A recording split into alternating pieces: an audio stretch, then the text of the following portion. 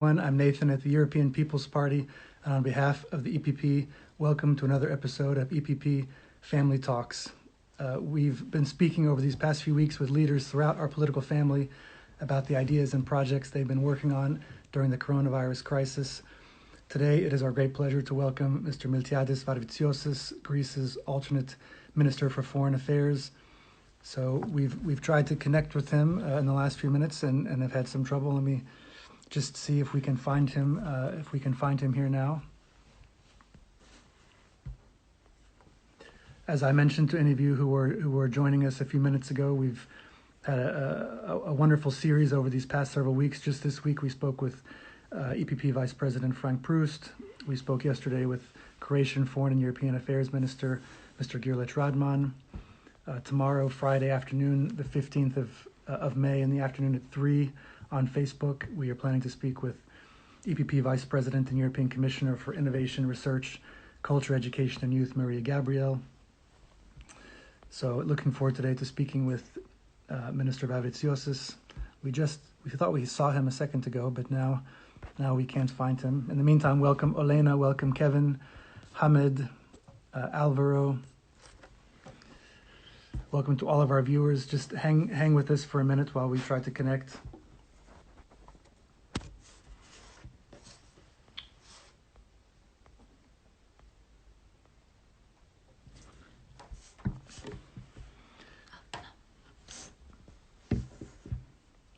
I think we've found him.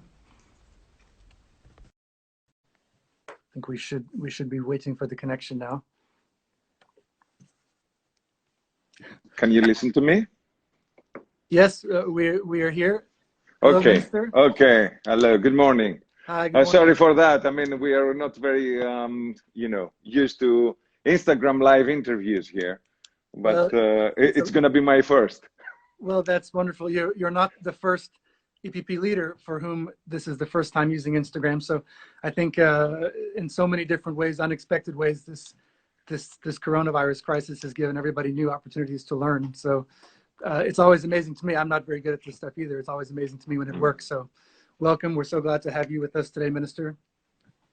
Well, I'm glad to be here with you, and I'm glad to welcome you from Athens. It's a really wonderful sunny day. I'm going to show you the view in a minute or two, and I really welcome this initiative of EPP Family Talks. Well, thanks. We've been asking all of our EPP leaders just to start this interview how they're doing. So you're in Athens there. It looks like maybe you're in your office. So have you been coming to the office every day? What is a normal work day for you been like these past several weeks? Well, almost every day I was here. And although the ministry was in a mood of slowdown, the political leadership was present. In fact, I can tell you that our employees were coming on shifts. 1 week they were coming, 1 week they were working from home. The opposite happened with the government, that we were very keen in being in the office and try to respond with the various challenges and the minor or bigger issues that this crisis brought up to us. I mean, it was an unexpected time. We try to keep safe all this period. Washing our hands almost all the time. Try to be at the elevators alone. Try not to have the air conditioning working. The good thing for Athens is that we had a pretty mild weather all this time, so we didn't need a lot of either air conditioning or heating. And the other good thing is that since we had such a good weather, it was easy for people to go out, have a stroll walk, view the Athens without or other cities, major cities, without the frequent traffic, and enjoy, the public spaces. Well, I want to ask you maybe in a few minutes about about the beautiful weather, and because it's not only an issue of enjoyment in Greece, it's also a vital part of your economy, tourism. But maybe before I get to that, could I just ask you, what is the situation on the ground in Greece sort of altogether? Of course, Greece is led by our EPP friend, Prime Minister Kyriakos Mitsotakis, and your party and our EPP member party, Nea Demokrati, or New Democracy. So what is the situation with the virus and with other things? How are things going in Greece itself? Well, actually, Greece has been, I could say, one of the countries that have dealt with this virus in a way that it was actually, it brought the results we wanted. We wanted to flatten the curve, and we succeeded that. We had the yesterday data is that we had already 2,760 confirmed cases and only 155 deaths. And unfortunately for these people and for the challenges that their families are facing with, but I think that we have managed to prevent our hospitals from being overcrowded, and to keep our intensive care units pretty at a low coverage rate. For example, we have now only 28 people treated in intensive care units from coronavirus. So I think we have dealt quite well. The fact is that we have been proactive. We did an early shutdown of the country, and although we are coming out from a 10-year economic crisis, we decided, and primarily Kyriakos Mitsotakis, our Prime Minister, decided to put human life first from the economy. Now it's time to take back our lives, and from last Monday we started a gradual reopening of the economy, which is going so far pretty smoothly. Until now, restaurants, bars, cafes are still closed. Schools are trying to work on shifts, and part of the teaching is going to be through the internet, and of course. Okay. Yeah. Are you still here? Now we're back. Yeah. So you were just talking about schools. So I was telling you that schools have reopened, and part of the lectures are being, part of the classes are being made by internet broadcasting, by live broadcasting, and of course there has been a ban on traveling throughout the country, still in place. We can't visit the islands, although the weather it's pretty good, and we hope that we start a gradual opening of internal traveling by the end of this month. Well, I wish you all the best, and it sounds like, as you've just mentioned, there have been several very, very good decisions and very wise decisions so far laid out. So best of luck to you and to the country and to the government as you continue to ease measures and protect lives as well. I want to ask you maybe about your own particular portfolio. What have been some of the things you've been working on, have been focusing on the most in these past few weeks? Well, the thing is that European Union has been caught by surprise at the beginning. So the response to the crisis was kind of fragmented. Each country did its own stuff at the beginning, and there was a rally for in order to have to keep open the chains of supply, especially on medical goods. On the second phases, we started to realize that the economic implications of this crisis, and we have been active in this dialogue, presenting our ideas.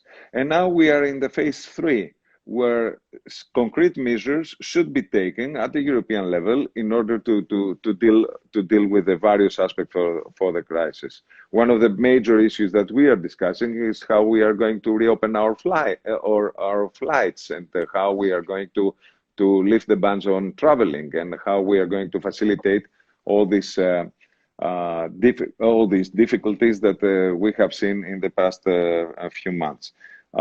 There is a need for coordination, and there is a need for more decisions to be taken at the universal level, at the European level, and not let the countries do whatever they want. We believe that to a European response, we need a European response, and we need a stronger Europe out of this crisis. That's why we have been working, and I've been in constant cooperation with my colleagues at the General Affairs Council of European Union, the Ministers of European Affairs, in order to exchange views, to express solidarity, but also to form allies, form a common understanding on how to deal at the post-coronavirus crisis period. Let me just pick up on that idea of solidarity and cooperation, which you mentioned. I saw several days ago, on the 70th anniversary of the Schuman Declaration, you published an op-ed, and in the op-ed you called for a single strong voice in Europe to overcome the current crisis. You quoted Konstantinos Karamanlis, former Greek Prime Minister, the founder of your party, New Democracy, who in 1983 in the European Parliament asked a very simple question: do we want or do we not want the European Union? Maybe could you just elaborate a bit on that, and why his example is so important now, and why this discussion is so important maybe in the general conversation, the philosophical context of the Schuman Declaration and the European project itself? Well, the European project, it has been a unique project, and a unique project is faced with a unique challenge. Until now, European Union have faced a lot of crises, but never before have faced a crisis that needed solidarity so much. And what Konstantinos Karamanlis said in the European Parliament, whether we need more Europe or not, it's something that we have to respond now. And I think that we need more Europe. And by saying more Europe, I say that in this time, we have to prevail and show that European Union shows leadership throughout the world. And this leadership will be based on three basic elements. The one element is a fast response on the crisis. The second is a firm response that will calm the markets, will calm our citizens, that we will do whatever it takes in order to bring their lives back to normal. And the third is to show extreme solidarity, because nobody false that we enter in this, and we are entering in this deep economic crisis. So in order to overcome it, and to overcome it stronger, we have to give our hand to each other in order to march all together ahead. Nobody should be left behind, neither country or a person within our common union.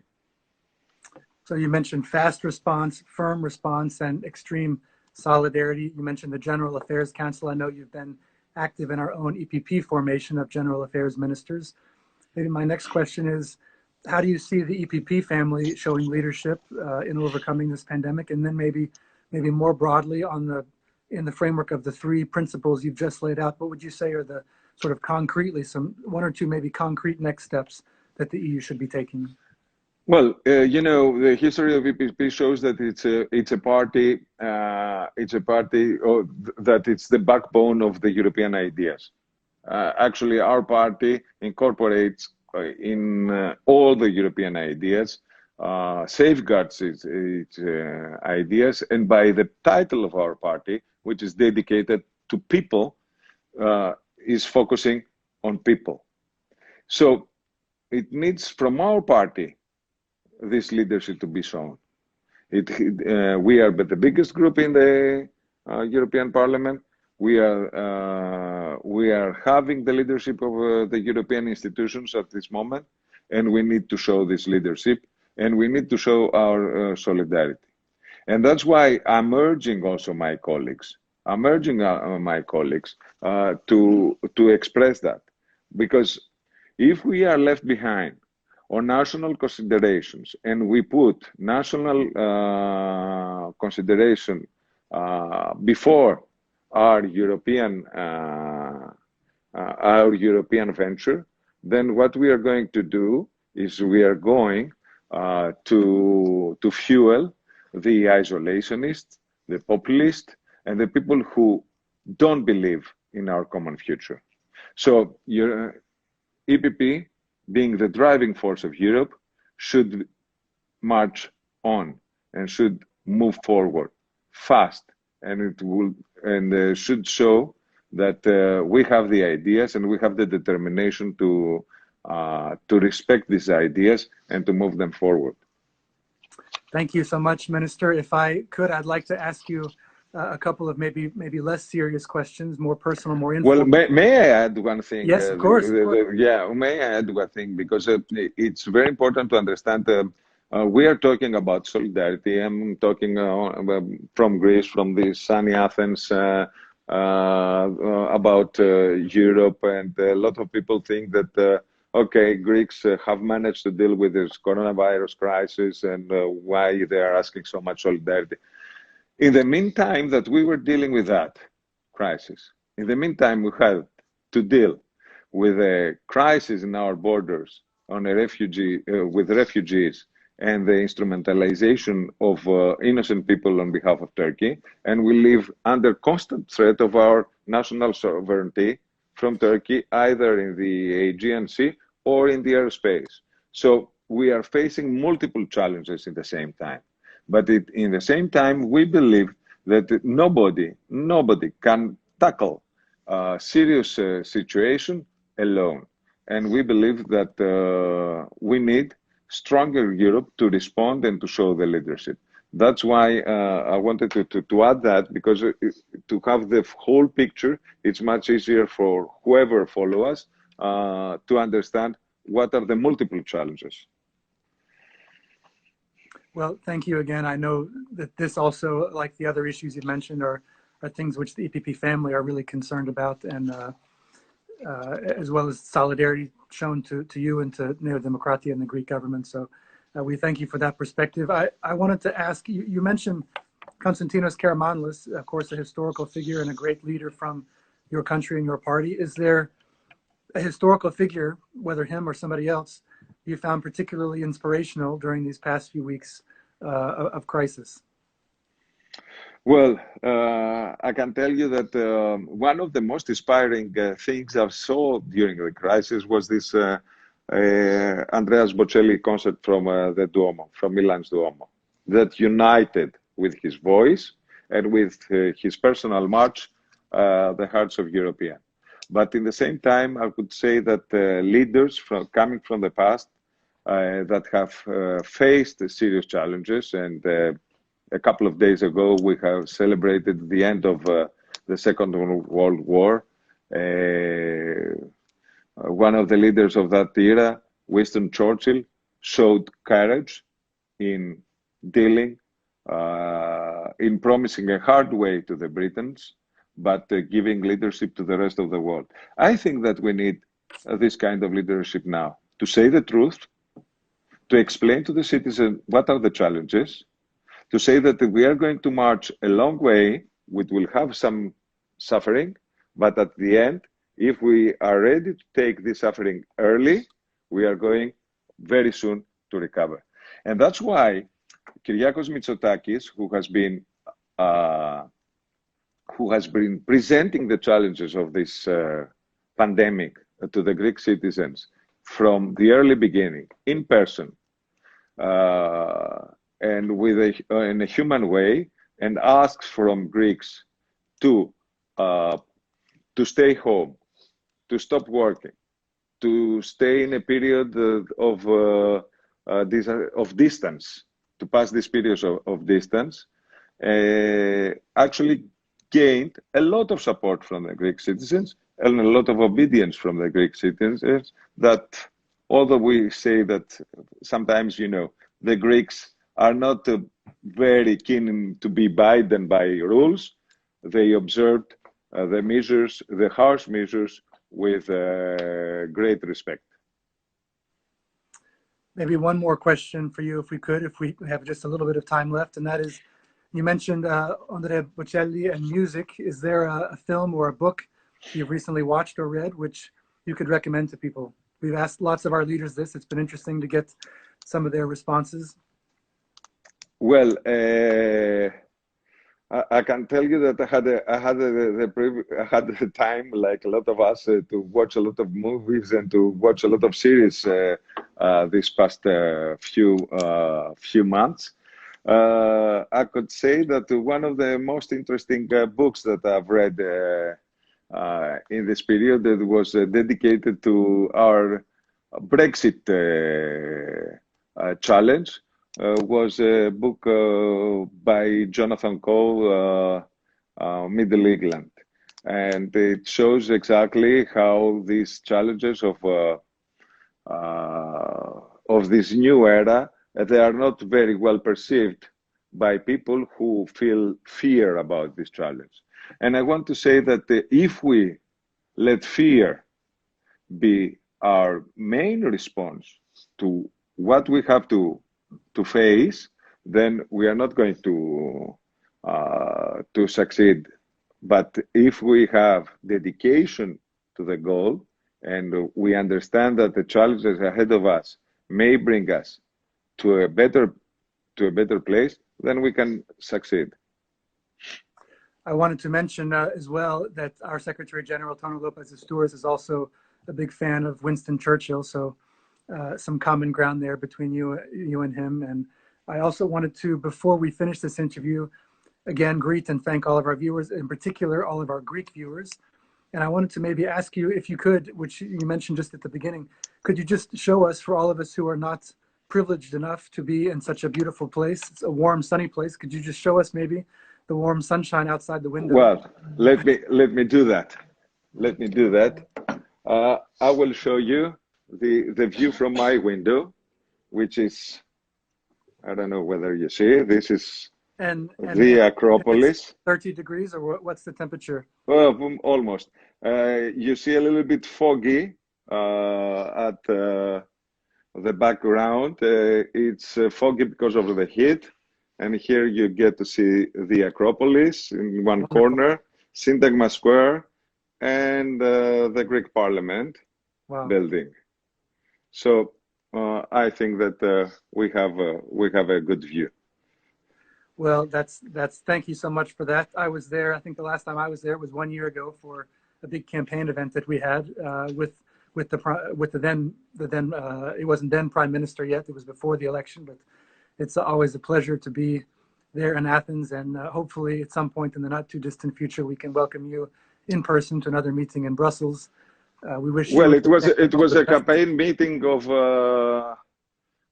Manfred Weber. Exactly. And I want to quote him. Yes. I want to quote him because he wrote an article yesterday talking about tourism, for which we haven't talked a lot, and saying how much of importance is the tourism industry for European Union. For Greece is one of the biggest sectors of the economy. More than almost a quarter of our economy relies on tourism. And this applies also to other European countries, and how much we need a European coordination in order to reopen up our tourist industry. Well, I hope we can all come to Greece very soon and help. Well, we are more than welcome. Help your economy and help our own mental health as well. So, Mr. Miltiadis Varvitsiotis, Greece's alternate Minister for Foreign Affairs, thank you again so much for taking the time to be with us today. I know it's very busy this time. And on behalf of the EPP, thank you for the important work that you're doing. Thank you very much. Thank you. Have a nice day. You too. To all of our viewers, thanks for tuning in again. And please join us again next time for our next episode of EPP Family Talks. Tomorrow afternoon, Friday, the 15th of May at 3 p.m. Brussels time. We'll be speaking live on Facebook with European Commissioner for Innovation, Research, Culture, Education, and Youth, Maria Gabriel. Have a great afternoon and see you then.